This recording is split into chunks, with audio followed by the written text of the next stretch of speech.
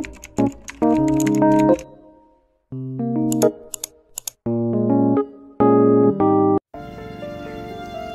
mapagpalang araw po sa lahat.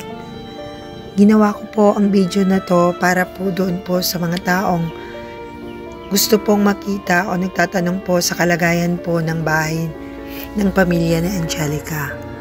So ngayon po, ito po yung actual video kung saan sa likod ng bahay, yan po ang sitwasyon.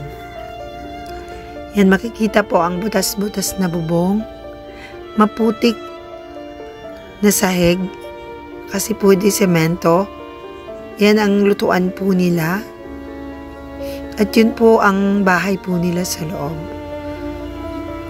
So ayan, talagang makikita rin talaga ang sitwasyon ng pamilya na talagang grabe din talagang paghihirap ang dinaranas, no? Dahil ayan, makikita natin yung sitwasyon na talagang mahabag ka talaga sa makikita mong sitwasyon sa loob at labas ng bahay nila.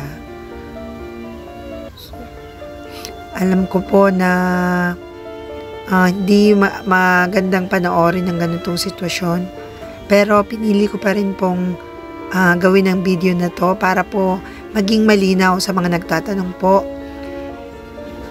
Hindi po ako mag-explain kasi po ipapakita ko na lang po kung ano po talaga yung sistema sa loob ng bahay nila. Yan po yung bubong nila, yero po.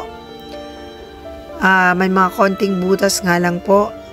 At dyan po yung mga anak dyan sa labas. Dyan po sila nagluluto. At dyan din po sila naglalaba. Yan.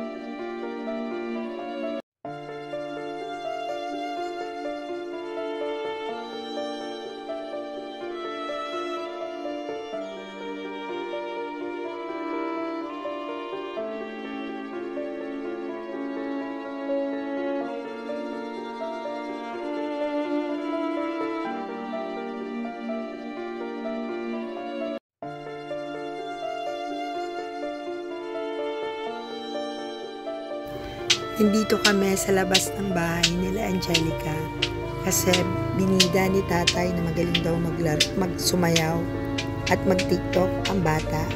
Kaya may dala si tatay radyo at sinusubukan niya talagang patugtugin ito para daw sumayaw si Angelica. So, nakakatuwa naman kasi kahit nakikita mong salat at hirap sila sa pamumuhay, nakikita mo yung pagmamahalan nila isa't isa, lalo na si tatay, talagang alaga siya sa pamilya niya. Yan yung kapaligiran sa labas ng bahay, dito daw naglalaro si Angelica tuwing umaga. Kasi kung napapansin nyo, gilid sila ng palayan, mapresko yung hangin, maganda yung sikat ng araw, kaya dito daw nag-enjoy maglaro si Angelica sa umaga. Yan yung lumang radyo ni tatay na pinapatugtog niya tuwing sasayaw daw si Angelica.